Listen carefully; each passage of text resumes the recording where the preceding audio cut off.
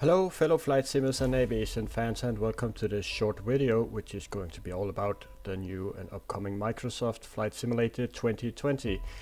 And it's basically just a bit of gossip. It's not a new update or anything, but it is information, and it is, from what I'm told, new information. And it's coming from an interview made by Brian Shear. Brian Shear, who recently got the chance to chat with the developers and try out the new simulator. And he wrote a very good article, so I will link to the entire article in the description below this video. So I encourage you to head on over to his website gameinformer.com and check it out. It has some good information about flying this simulator. But the information that I wanted to share with you and reflect on is way down here. I have marked it out here. So basically they are admitting to working on a real world traffic integration out of the box into the simulator. So let's just read through this. In addition, Microsoft Flight Simulator has the power to track real world traffic using transponder signals. We know where every plane is, and we are actually rendering it in real time, says Microsoft Jörg Neumann, head of Microsoft Flight Simulator. We also have AI-driven planes, and then everything from air traffic controller gets a slot. So that's if you do not use real-world traffic, but you use AI planes, then we would assume that they come with integrated air traffic control, which governs all of that traffic, including you, if you so choose to fly with that. The interaction between us and the real world traffic is kind of complicated. You have options. You can either fly just with AI traffic and we control everything, or you fly with real world traffic, and then the really hard one is how to blend in, and they are still working on that, even though it's hard, and I cannot imagine how they would fix that, and because they would have to combine AI air traffic control with real world traffic, which, even though we can track it very accurately, if you go to Flight Radar 24, you can see all of the traffic currently worldwide.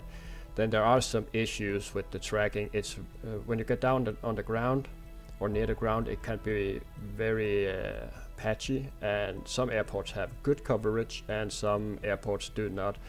And also most aircraft do turn off their transponder while taxiing, so we already see that issue in the plugin in X-Plane, where we can't get real world traffic into the simulator, and it works just fine in the air, but as soon as you get on the ground it's a bit more sketchy. So yeah, nonetheless we do spend most of our time in the air, so it is good news, and it's also good to see that this feature will ship along with the simulator, and we do not have to purchase or download some plugin to get this. So that's awesome. I have myself flown a bit with real world traffic in X-Plane, and it is quite an experience following all of the traffic throughout Europe and seeing how densely packed aircraft are and the airspaces are in some areas. So it's definitely a good feature.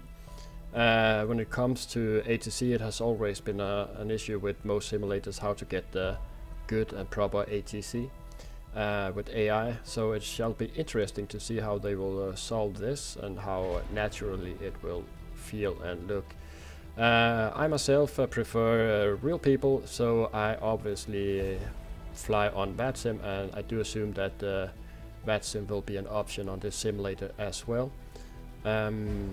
Simply just gives you more dynamics, and it's just more real, to plain and simple.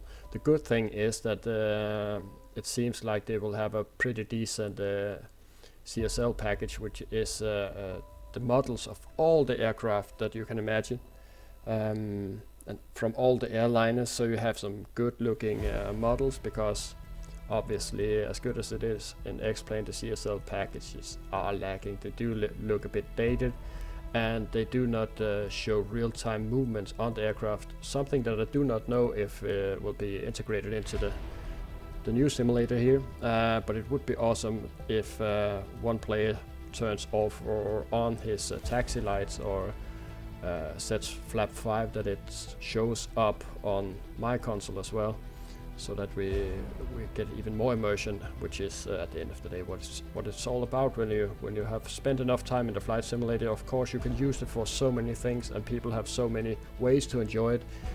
For me, it's a bit of everything, I guess, but immersion is definitely a big part of it. So all in all, this is very good news. I will make another video regarding this article, because there is a few other things about some things they would like to add to the simulator. It will be a short video, so just check it out here on the channel. It should be coming up quite shortly. So yeah, this is it. Head on over to GameInformer.com and read the entire article written by Brian Shear. It's quite interesting and well written. Hope you have a pleasant day onwards, and hope to see you in the next video. Bye bye.